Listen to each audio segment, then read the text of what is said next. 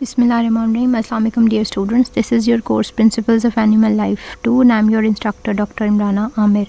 The topic for today's lecture is social behavior in animals. So to start with, what is social behavior? Social behavior is any kind of interaction which is among the member of the same species, but it could also be the interaction among different species, different members of the species which are living in some environment. But social behavior does not include the predatory or prey interactions which are formed between different kind of predators and the prey. So any kind of interaction which is occurring between species or among different species, it is called social behavior. Animals normally live in groups. So animal populations are often organized into different groups. A group of animals may form an aggregation for some simple purposes such as feeding, drinking or mating. These groups are formed depending upon the different functions of the group or different purposes of the group.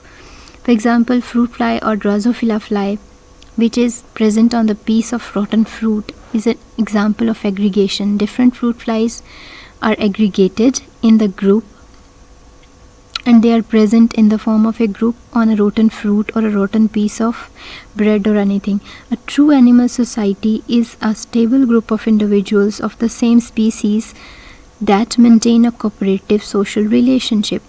So all the group of organisms that form a cooperation and a social relationship between organisms, these are called the social group of animals. This association typically extends beyond the level of mating and taking care of youngs. So social behavior has evolved independently in many species of animals such as invertebrates as well as vertebrates, which are having the complex social organizations. In vertebrates we can find the different kinds of complex behaviors and social organizations. So what are the advantages of living in groups to the animals? One major benefit of belonging to other group may be that it offers the protection against the predators. If a prey is present in a group, there are lesser chances that the predator would be able to capture the prey. So there is the safety in numbers, and the predator detection may be enhanced by having the greater number, and they are alerted and they are given different alarm cues in the groups.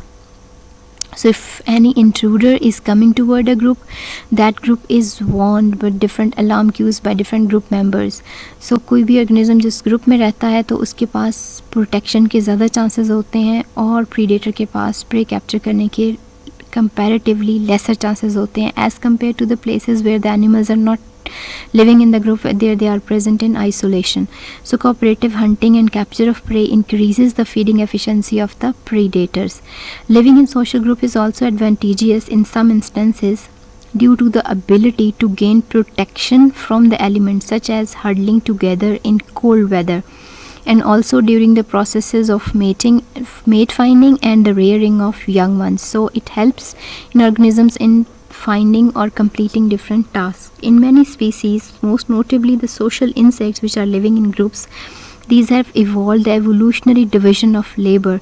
The individual groups which are living in the groups, they perform specific tasks such as defense is performed by another group of members, while another shorter member of the groups, they form the food procurement and food supply, and then the feeding of the young ones is taking place by another group of members. So by living in groups, animals organize different kinds of duties. They are assigned different kinds of duties and they perform their assigned task.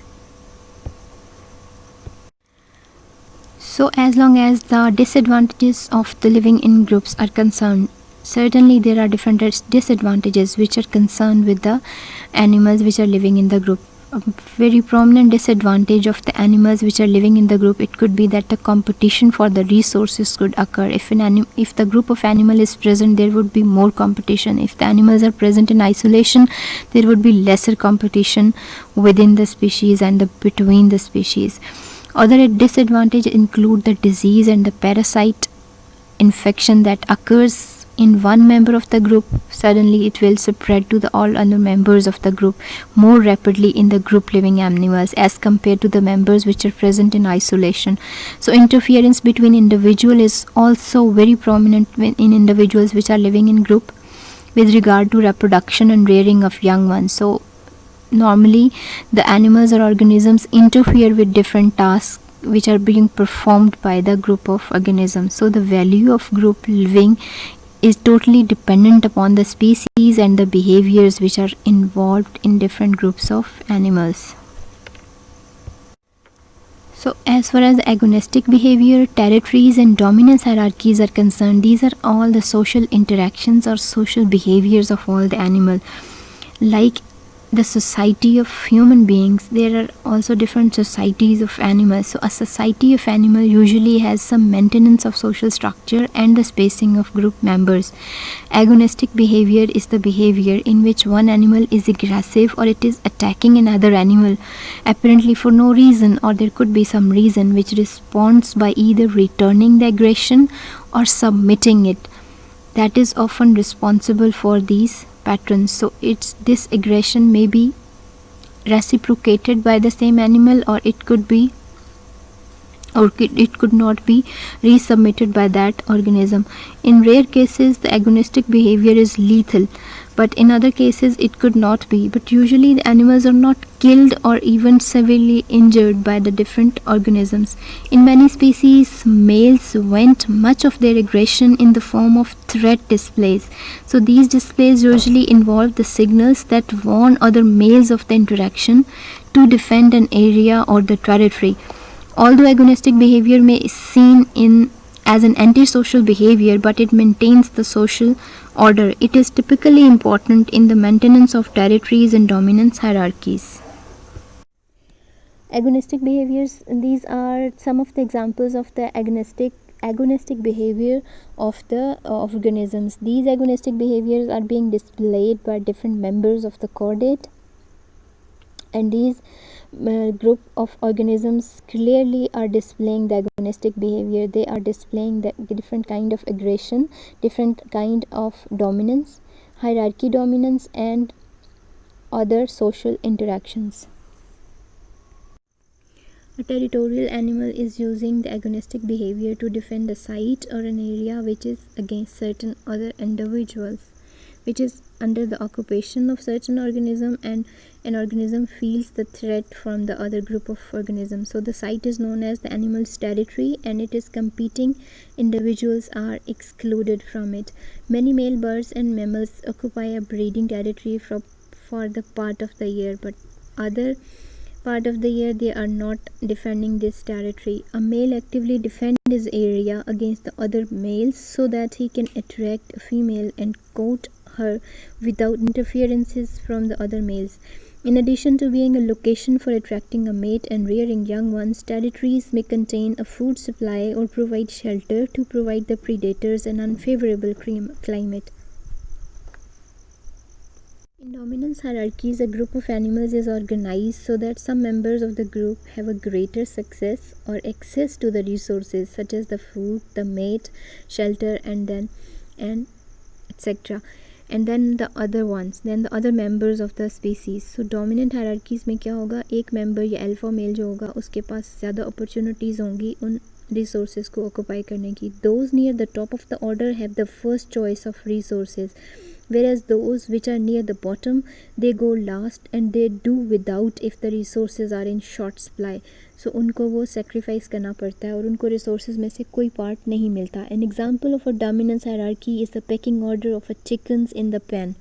So when the chickens are placed together and they fight among themselves until a linear hierarchy of dominance is established, until वो fight करते रहते हैं until कि एक linear hierarchy establish हो जाती है जिसमें एक डोमिनेंट मेंबर होगा, फिर उसके बाद एक लेस डोमिनेंट मेंबर होगा और उसके बाद बाकी उसके सबऑर्डिनेट मेंबर्स होंगे जो उसको फॉलो करेंगे. So higher rank chickens are among the first to eat and they may peck lower ranked chickens. Once the hierarchy is set, peaceful coexistence is possible. एक दफ़ा hierarchy set हो जाए तो उसके बाद उन organisms के अंदर peaceful coexistence आ जाती है and they don't fight, they no more fight among themselves. So occasional fight will occur if a bird tries to move up in the order and it tries to improve the hierarchy or the position of its members in that group.